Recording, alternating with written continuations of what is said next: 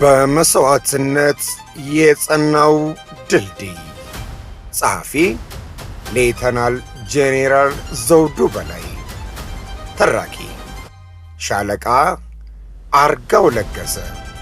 በመስዋዕትነት የጸናው ድልድይ።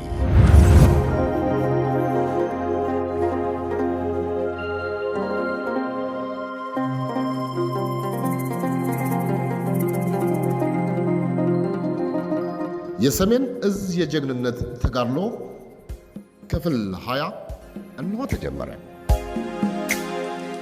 ኤርትራ ከገቡም በኋላ ይዞት የመጣውን የሰው ኃይልና መሳሪያ እንደገና የማደራጀት ሥራ በትጋት ሰርቷል። ብርጌድ አዛዡ ከኤርትራ መሬት እንደገና የተቋቋመውን የጦር ክፍል እየመራ አኩሪ ድሎችን እያስመዘገበ ከድንበር ጀምሮ ሲያዋጋ ቆይቶ ወርቅ አምባ ላይ ቆሰለ። እረፍት አድርጉና ታከም ሲባል ቅድሚያ ለግዳጁ በመስጠት ሲዋጋና ሲያዋጋ የነበረ ጀግና መሪ ነው። የ31ኛ ክፍለ ጦር 4ኛ ሞተራይዝድ ብርጌድ ዋና አዛዥ ሁኔታዎችን ቀድሞ በመረዳት ችሎታው ሰራዊቱና ህዝቡን መንግስት ስለሰጡት ዓላማ እስከ መጨረሻው እንዲዋደቅ የማድረግ ብቃቱ አስደናቂ ነበር። በግንባሩ ከሚገኙ ክፍሎች ጋር ትስስር በማድረግ የኔ ብርጌድ ክፍሎች አይደሉም ብሎ ሳያሳይ ሁሉም የክፍለ ጦር ሻለቆችን በማስተባበር ከጥቃት እንዲድኑ ማድረግ በሚወስዳቸው ቁርጠኝነት የተሞሉ ስኬታማ ውሳኔዎቹ በርካታ ውጤት አስመዝግቧል። ጀግንነት የተሞላበት የአመራር ብቃቱን በመጠቀም የ31ኛ ክፍለ ጦርን ዛሬ የደረሰችበት አቋም ላይ እንድትደርስ ያደረገ ጀግና መሪ ነው። በ31ኛ ክፍለ ጦር ስማቸው መነሳት ያለበት ብዙ ከፍተኛ መካከለኛና ዝቅተኛ አመራሮች ቢኖሩም በሁለተኛነት የማነሳው የ31ኛ ክፍለ ጦር ምክትል አዛዥ ኦፕሬሽናል የነበረውን አመራር ነው። ይህ አመራር ነው የህወሓት ጽንፈኛ ቡድን በሰሜን እዝ መከላከያ ሰራዊት አባላት ላይ የክህደት ጥቃት በፈጸመበት ወቅት የ31ኛ ክፍለ ጦር ምክትል አዛዥ ኦፕሬሽናል ሆኖ ሀገራዊ ግዴታውን እየተወጣ ነበር። የ31ኛ ክፍለ ጦር ምክትል አዛዥ ኦፕሬሽናል የህወሓት ልዩ ኃይል በሰራዊታችን ላይ ጥቃት ከመፈጸሙ ቀደም ብሎ ባሉት ወራት ውስጥ ዋነኛ ግዳጁ የነበረው በአማራ ክልል ማዕከላዊ ጎንደር አካባቢ ተፈጥሮ የነበረውን አለመረጋጋት ወደ ነበረበት ሰላም እንዲመለስ ማድረግ ነበር። በዚህ አካባቢ የነበረውን ብጥብጥ እንዲያስወግዱ የተመደቡ የጦር ክፍሎችን እየመራ ግዳጁ እንዲወጣ የሰጠውን ተልዕኮ በተሳካ ሁኔታ ተወጥቷል። የ31ኛ ክፍለ ጦር ምክትል አዛዥ ኦፕሬሽናል ወደ መደበኛ ስራውና እናት ክፍሉ 31ኛ ክፍለ ጦር ተመልሶ ሲመጣ በክፍሉ የነበረው የከፍተኛ አመራር የህወሓት ደጋፊ የሰራዊት አመራሮች ሁኔታ ጥርጣሬ ውስጥ አስገብቶታል። በመሆኑም ሁኔታውን መከታተል ጀመረ። 31ኛ ክፍለ ጦር ምክትል አዛዥ ሁኔታውን የማንበብ ብቃት አለው። ህወሓትና ደጋፊዎቹ የሚያደርጉት እንቅስቃሴ ከመከላከያ ሰራዊት ግዳጅና ተልዕኮ እንዲሁም ከሀገራችን ወቅታዊ ፍላጎት ጋር የሚቃረኑ እንቅስቃሴዎች ነበሩ። እነዚህ እንቅስቃሴዎችም ትግርኛ ተናጋሪ የሆኑ የክፍሉን አባላት ማሰባሰብና ማደራጀት፣ ለስውር ተልዕኳቸው በሚያመች መልኩ መደብ ዋናዎቹ ተግባራት ነበሩ። በተለይም ትግርኛ ተናጋሪዎችን ቁልፍ የሆኑ ቦታዎች ላይ ማስቀመጥና የሌላ ብሔር አባላትን ከክፍል ማዘዋወር፣ አንገት በማስደፋትና በማበሳጨት ተቋሙን እንዲጠሉ ለማድረግ ሆም ብለው ይሰሩ ነበር። የ31ኛ ክፍለ ጦር ምክትል አዛዥ ኦፕሬሽናል እነዚህን የተበላሹ አሰራሮችና ፈጽሞ ከመከላከያ ሚኒስቴር ግዳጅና ተልዕኮ ውጭ የሆኑ ድርጊቶችን በቅርበትና በጥንቃቄ ይከታተል ነበር። ከዚህም በተጨማሪ ህወሓት ልዩ ኃይሎችንና ሚሊሻዎችን ያሰለጥን እንደነበር አዛዡ ያውቅም ይከታተልም ነበር። የ31ኛ ክፍለ ጦር ምክትል አዛዥ ህወሓት እየፈጸመው ያለውን ህግ አፍራሽ ድርጊት እያወቀና እየተከታተለ ዝም አላለም። ምን ማድረግ እንዳለበትም ያውቅ ነበር። ለሚመለከታቸው አመራሮች ያሳውቅ ነበር። ህወሓት ሀገራት ፊት ድርጊት ሊፈጽም እየተዘጋጀ እንደሆነ ከእንቅስቃሴው በመረዳት ለሚመለከታቸው መረጃውን ከማሳወቅ በተጨማሪ የህወሓትን ጥቃት የሚቃወሙ የሚከላከሉና ብሎም ድርጊቱን ሊያኮላሹ የሚችሉ የሌላ ብሔር አባላትን ከትግርኛ ተናጋሪ ውጭ ማለት ነው የማንቃት ሥራ ሲሰራ ነበር። ለምሳሌ 8ኛ ሜካናይዝድ ክፍለ ጦር፣ 23ኛ ክፍለ ጦርና በክፍለ ጦር ውስጥ ያሉ ከትግርኛ ተናጋሪ ውጪ ከሆኑት ጋር ስለ ድርጊታቸው ይነጋገሩ ነበር። በመሆኑም ህወሓት በሰራዊታችን ላይ ጥቃት ከፈጸመ መጀመሪያ አብረውን ያሉትን የህወሓት ሰዎች እርምጃ እንወስድባቸዋለን፣ ሁለተኛ በቻልነው ልክ የሰውና የመሳሪያ ኃይላችንን ይዘን ወደ ኤርትራ እንገባለን የሚል ንድፍ ነድፏል። የ31ኛ ክፍለ ጦር ምክትል አዛዥ መረጃዎችን በንቃት ይከታተል ነበር። ህወሓት ለረጅም ጊዜ የተዘጋጀበትን ክህደት በፈጸመበት ዕለት ጥቅምት 24 ቀን 2013 ዓ.ም በእናት ክፍሉ ላይ ጥቃት ከመፈጸሙ በፊት ህወሓት መቀሌ አካባቢ ባለው ሰሜን እዝና በህብረት ወታደራዊ ስታፍ ኮሌጅ ላይ ጥቃት መፈጸሙን መረጃ አገኘ። ከእንግዲህ የሚጠብቀው ምንም ነገር አልነበረም። የክፍለ ጦሩ ዋና አዛዥና ምክትል አዛዥ ለሰው ሀብት ልማት ዋነኛ የህወሓት ሰዎች መሆናቸው ስለሚታወቅ እነሱን ማስወገድ አስፈላጊ ነበር። እናም የ31ኛ ክፍለ ጦር ምክትል አዛዥ ኦፕሬሽናል በክፍለ ጦሩ ምክትል አዛዥ ለሰው ሀብት ላይ እርምጃ ወሰደ። ይህ ሁኔታ የክፍሉ የትግርኛ ተናጋሪዎች የሆኑ አባላት ላይ ትልቅ ኪሳራና ድንጋጤ እንደሚፈጥር ግልጽ ነው። ይህንን እርምጃ ባይወስድ ኖሮ እሱንም ይገሉት ነበር። የክፍለ ጦሩ ኮማንድ ላይ እርምጃ ከወሰደ በኋላ አጎራባች ወደ ሆነችው ወደ 8ኛ ሜካናይዝድ ክፍለ ጦር መምሪያ ነው ያመራው። ወደ 8ኛ ሜካናይዝድ ክፍለ ጦር በሚያመራበት ጊዜም ተኩስ ስለነበር በተኩስ መሃል አልፎ ነው የደረሰው። 8ኛ ሜካናይዝድ ክፍለ ጦር ለመሄድ የወሰነው ከዚች ክፍል ጋር አብሮ ወደ ኤርትራ ለመውጣት ነው። እንዳሰበው ከ8ኛ ሜካናይዝድ ክፍለ ጦር ጋር ትልቅ ሥራ መስራት የሚችለውን የ31ኛ ክፍለ ጦር የሰውና የመሳሪያ ኃይል በሙሉ አስተባብሮ ኤርትራ መሬት ደረሰ።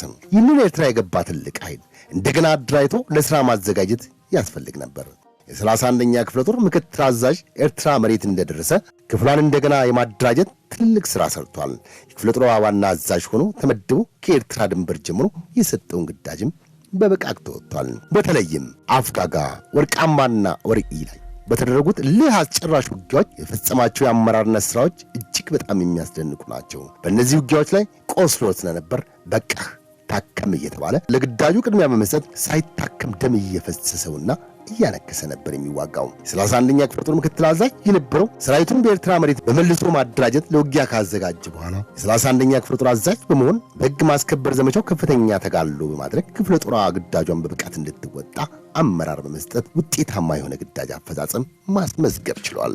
በወቅቱ የነበሩ አመራሮች ሁኔታዎችን ቀድሞ በመረዳት ችሎታቸው ሕዝብና መንግሥት ለሰጧቸው ዓላማ ሰራዊቱን እስከ መጨረሻው እንዲዋደቁ ማድረግ ብቃታቸው በግንባሩ በሙሉ ከሚገኙ ክፍሎች ጋር ትስስር በማድረግ ሁሉም ብርጌዶችንና ሻለቃዎችን እንዲሁም የስታፍ ክፍሎችን በማስተባበር ከጥቃት እንዲድኑ በማድረግ እንዲሁም በወቅቱ በሚፈጠሩት ሁኔታዎች በወሰናቸው ቁርጠኝነትና ጀግንነት የተሞላባቸው ውሳኔዎች የሚመሩትን አሃድ ከማዳን አልፎ ለሕግ ማስከበር ዘመቻው ከፍተኛ አስተዋጽኦ ማድረግ የወታደራዊ ዘመቻው ግቡን እንዲመታ ከፍተኛ ሚና ተጫውተዋል። ስለሆነም አሁን በመከላከያም ሆነ በዚህ ያሉት ከፍተኛ አመራሮችና እዙ ያፈራቸው በእሳት የተፈተኑና የባሌላ ማዕረግ አመራሮች ከነዚህ ጀግኖች ብዙ ሊማሩ ይገባቸዋል። ከላይ የጠቀስኩትን አሃዶችና አመራሮች ለታሪክና ለማስተማሪያነት እንዲሆኑ አቀረብኳቸው እንጂ በሰሜን ዕዝ አደረጃጀት ስር የነበረው የ31ኛ ክፍለ ጦር አባላት ይሁኑ ከፍተኛ አመራሮች፣ መካከለኛና ዝቅተኛ አመራሮች እንዲሁም ተዋጊዎች የህወሓት ታጣቂ ኃይል አስቦ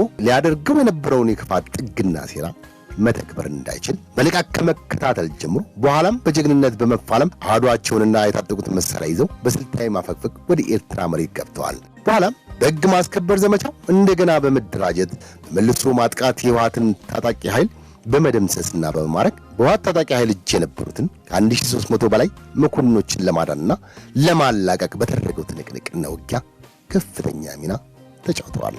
በሰሜን ዕዝ ከነበሩት 8ኛ ሜካናይዝድ ክፍለ ጦሮችና ሌሎች በነበሩበት የግዳይ ቀጠና ህወሓት እንዳሰበው ሳይሆን የህወሓት ሰራዊታችን የማፈርና የመደምሰስ ሴራ በጀግንነት በመመከትና መዋጋት የህወሓት ታጣቂ ኃይልን ሴራ አክሽፈዋል።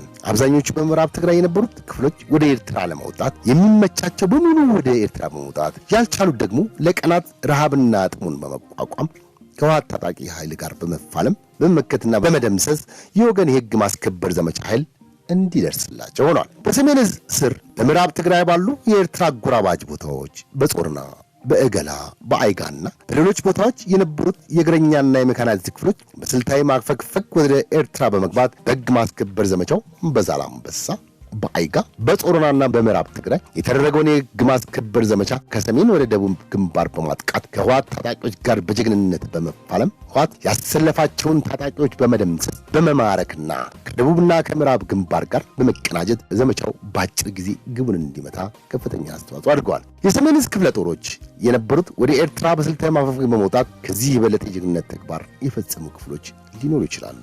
ለማስተማሪያነት ይህ በቂ ይሆናል በሚል ተቀንጭቦ እየቀረበ ነው።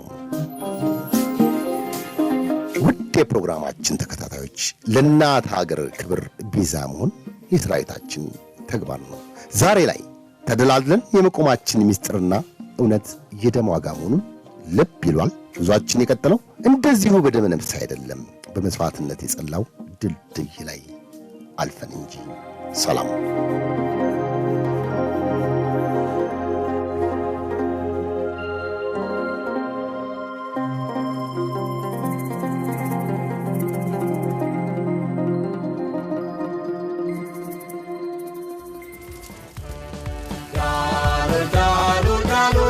Dalu no semachi